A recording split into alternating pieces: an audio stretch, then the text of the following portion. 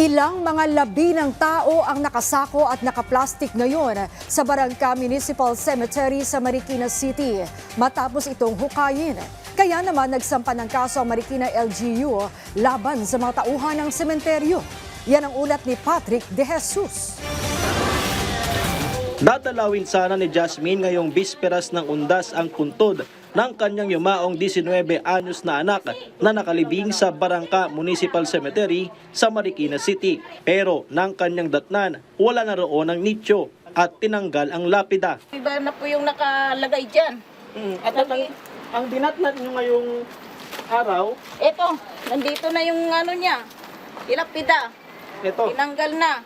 Nang hindi namin nalalaman. Hindi man lang pinaalam sa akin. Ang ikinasasama pa ng loob ni Jasmine, hindi niya makita ang labi ng kanyang anak. Pag nagbigay daw kami ng 500, hindi daw magagalaw yung bangkay kahit gaano katagal. Okay. Ay bakit ngayon nawala yung bangkay? Sa isang bahagi ng sementeryo, makikita ang daan-daang mga labi ng tao na nakasako at nakaplastik.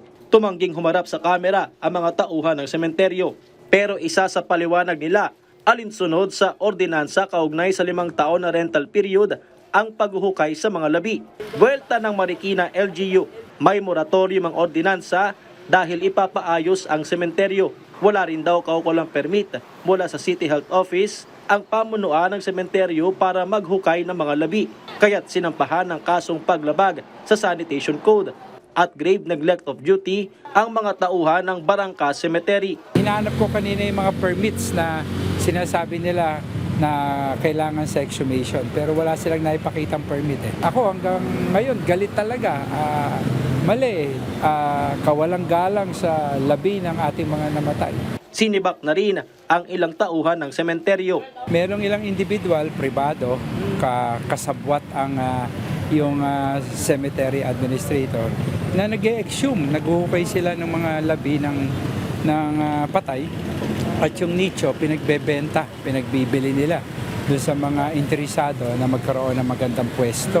Ilalagay naman sa ossuary ang mga hinukay na labi. Magkakaroon din ang mga ito ng kaukulang taging para sa mga may kaanak na gustong kunin ang labi ng kanilang mahal sa buhay. Patrick De Jesus para sa Pambansang TV sa Bagong Pilipinas.